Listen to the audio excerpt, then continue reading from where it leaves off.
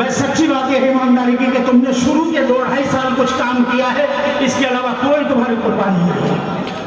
तुम्हें जब केजरीवाल ने जिस काम के लिए कहा तुमने वो किया, जिससे रोक दिया तुम रुक गए।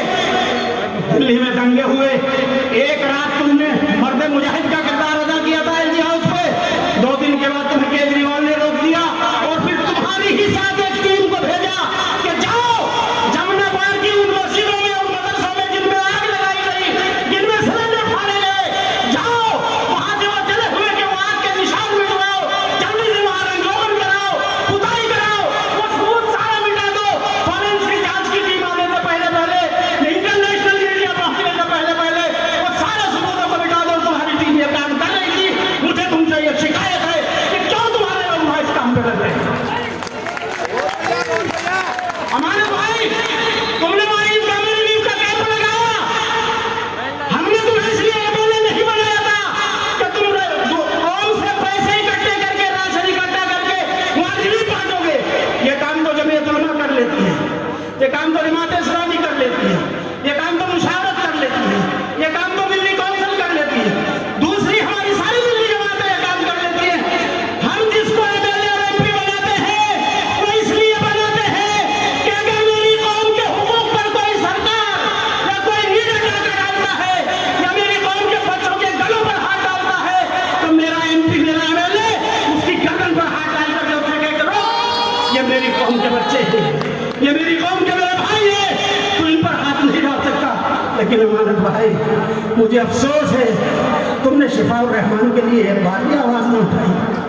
एक खत भी केजरीवाल को नहीं लिखा कि केजरीवाल शिफाउर रहमान को बाहर कराओ, इनके साथियों को जेल से निकलवाओ। और मैं आज के वक्त बहुत तक में मुदस्सिर भाई खड़े हुए हैं, लोग और भी होंगे, मैं फिर कहता हूं कि वहां भी आपने हमें मायूस किया। आप अगर उसका हाथ पकड़ लेते, आप केजरीवाल के खिलाफ एजिटेशन करते, आप मैदान में आते, खुदा की कसम पूरा अगला तुम्हारी पीठ पे खड़ा होता और लीडर की ताकत उसकी कौम हुआ करती है, उसके पीछे खड़ी हुई भीड़ हुआ करती है जमहूरियत में, और तुमने वो मौका गंवा दिया। तुमने वो मौका, मेरे भाई, मेरे छोटे भाई, तुमने वो मौका गंवा दिया। आखिरी मौका तुम्हारे पास था और मैं फिर कहता हूं कि आज भी है, खुदा की कसम खा के कहता हूं, सिर्फ ओखला के नहीं, पूरे हिंदुस्तान के मुसलमान तुम्हें अपने सर का ताज बना लेंगे, तुम एक मिसाल कायम कर दो। लेकिन एक बार मैं एक मिसाल तुम्हें सुनाता हूं। किशनगंज में पार्लियामेंट का चुनाव हो रहा था, जनता दल यूनाइटेड नीतीश कुमार की पार्टी से अख्तरुल ईमान साहब, जो इस वक्त वहां पर स्टेट के मजलिस इत्तेहादुल मुस्लिमीन के सदर हैं और एमएलए भी हैं, वो उस वक्त जेडीयू से एमएलए थे, एक्स मिनिस्टर थे, उसी पार्टी से रहे हुए। मौलाना साहब कासमी का उनका टकराव हो गया इलेक्शन में, दोनों का इलेक्शन बराबर हो गया। जैसा शिफाउर रहमान और अमानतुल्लाह का, अमानतुल्लाह बहुत पीछे है, शिफाउर रहमान का इलेक्शन बहुत ऊपर है। उस वक्त अख्तरुल ईमान ने जब ये पोजीशन देखी, एकतरफा खड़े होकर के ऐलान कर दिया कि मैं मौलाना साहब कासमी के हक में इलेक्शन से विड्रॉल करता हूं। अमानत भाई, मैं तुम्हें दावत दे रहा हूं, इस मंच से दावत दे रहा हूं, आओ तुम ऐलान कर दो पब्लिक के बीच में खड़े होकर के कि मैं केजरीवाल की झाड़ू फेंक करके मैं शिफाउर रहमान के पीछे खड़ा हो रहा हूं, शिफाउर रहमान के अपने इलेक्शन से 10 बजे होता हूं, मैं इलेक्शन नहीं लड़ूंगा, मेरी कौम के लोग शिफाउर रहमान को वोट दो। तो मेरे दोस्तों, मैं गारंटी से कह देता हूं, अमानत भाई, मुझे मालूम है कि केजरीवाल उसी दिन तुम्हें निकाल देगा पार्टी से, लेकिन खुदा की कसम, ये कौम जिसका नाम मुसलमान है, पूरे मुल्क में तुम्हें अपने सरों का ताज बना देगी, तुम्हें अपने कंधों पे उठाए फिरेगी, तुम्हें हीरो बना लिया जाएगा। कुर्बानी देते तो देखो, तुम दावा करते हो मैंने कुर्बानी दी, क्या कुर्बानी दी? अरे ये कुर्बानी दो और फिर तो हमसे शिकवा करना कि मैंने कुर्बानी दी।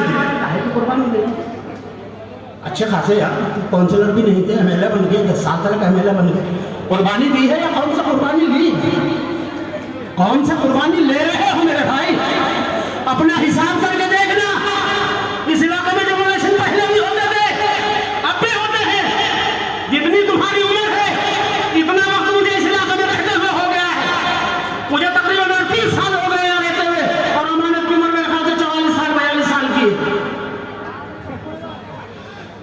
बुलडोजर पहले भी यहां चलते थे, लेकिन इनका रेट जो है वो तो उठा के देख लेना। जब से केजरीवाल की सरकार आई है 10 गुना ज्यादा बढ़ गया। और जिस दिन से एमसीडी में आम आदमी पार्टी आई है उस दिन से 80 गुना यहां पर डेमोलेशन का रेट बढ़ गया।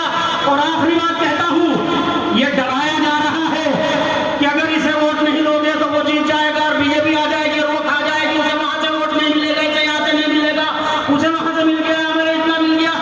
मैं बिल्कुल सीधा कैलकुलेशन 2 मिनट में आपको समझाता हूं। इस कॉन्टेंसी में तकरीबन 2,80,000 वोट है, 3,80,000 वोटों में तकरीबन 2,30,000 वोट मुसलमानों का है। 2,25,000 से 35,000 के बीच में मैं 2,30,000 मानता हूं। 1.5 लाख के करीब गैर मुस्लिम वोट है। 60% वोट उनका पोल होगा, 60% हमारा होगा। हमारा अधिकार रहा है इस तारीख की सीट पर। 93 से यहां विधानसभा के चुनाव होते हैं। आज तक सिवाय पिछले इलेक्शन के कभी बीजेपी तीसरे नंबर से दूसरे पे भी नहीं आ सकी।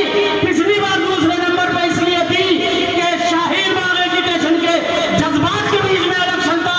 पूरी कौम ने दीवानावाद तुम्हें वोट दे करके, यकतरफा वोट दे करके तुम्हें 72,000 वोटों से जिताया था। इसलिए बीजेपी दूसरे नंबर पर आ गई थी, बाकी किसी पार्टी को वोट नहीं मिला था। अब ये पोजीशन नहीं है, ना पहले थी और ना है और ना आगे रहेगा। अब वोट बराबर उधर भी बटेगा, इधर भी बटेगा। उधर कांग्रेस को भी मिलेगा, आम आदमी को भी मिलेगा, सबसे ज्यादा बीजेपी को मिलेगा। वहां से मैं समझता हूं दोनों पार्टियों को, आम आदमी को और कांग्रेस को 25 से 30,000 वोट टोटल मिलेगा, टोटल। और 50,000 के करीब बीजेपी को मिलेगा।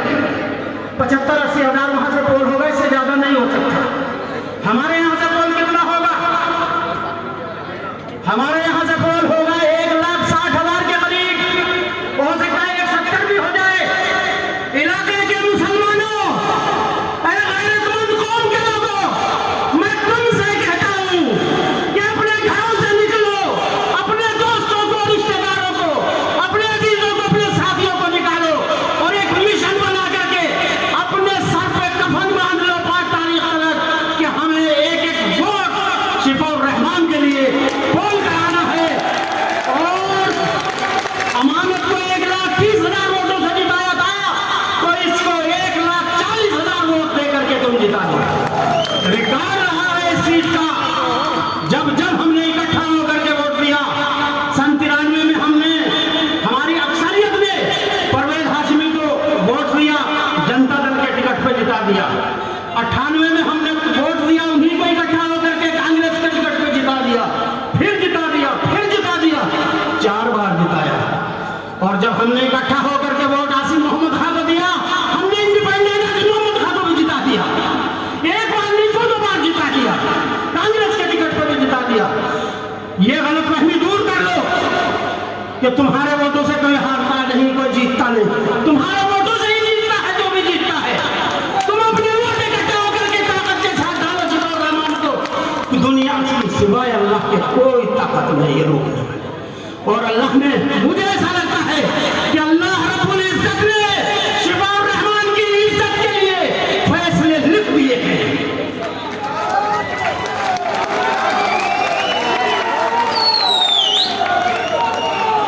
एक आखिरी बात और कहना चाहता हूं मेरे दोस्त, मजलिसे इत्तेहादुल मुस्लिमीन जो ये इलेक्शन लड़ा रही है, मुस्तफाबाद की सीट पर हो या यहां पर हो, ये सिर्फ इलेक्शन जीतने के लिए नहीं है।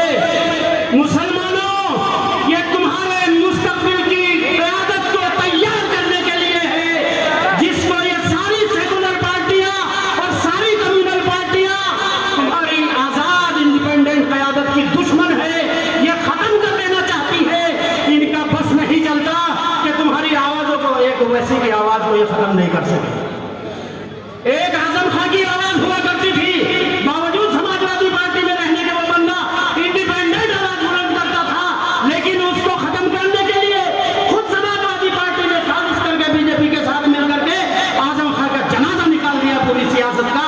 एक आवाज मुल्क में बची है जिसका नाम असदुद्दीन ओवैसी है। मेरे दोस्तों, मेरा 40-35 साल का तजुर्बा ये कहता है कि ये सारे सेकुलर, सारे कम्युनल पार्टियां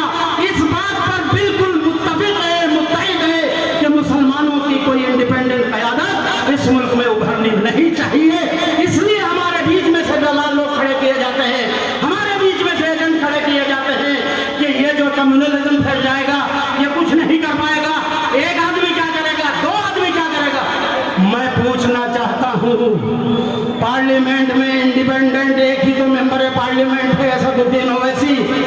हिंदुस्तान के मुसलमानों, मुझे बता दो कौन सा ऐसा मसला है तुम्हारा जिस पर असदुद्दीन ओवैसी ने आवाज ना उठाई हो और सबसे मजबूत, सबसे ज्यादा दलील के साथ आवाज ना उठाई हो?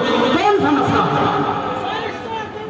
मेरे दोस्तों, तुम्हारा एक एक वोट बैरिस्टर असदुद्दीन ओवैसी की ताकत को मजबूत करता है।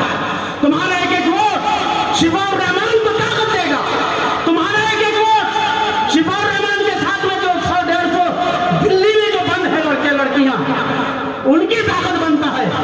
और तुम्हारा एक एक वोट हिंदुस्तान भर में शाहीन बाग के नाम से जो मंच लगाए बैठे थे हमारे बच्चे और बच्चियां, जिनकी तादाद 2,500 से 3,000 के बीच में है, उठने वालों, मेरे दिल की बात खुदा की कसम खा के कह रहा हूं कि लेना, तुम्हारा एक एक वोट उन सारे बच्चों की ताकत बनेगा, उन सारे बच्चों को हौसला देने वाला बनेगा, उन सारे मजलूमों को ताकत देने वाला बनेगा।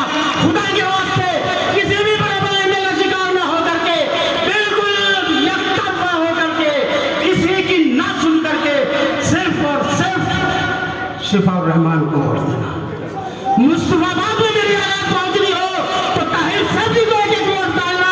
बिल्कुल किसी की चिंता मत करना कौन क्या कहता है, कौन क्या कहता है। मैं समझता हूं दिल से जो बात निकलती है असर रखती है, पर नहीं ताकत परवाज मगर रखती है। अल्लाह हाफिज।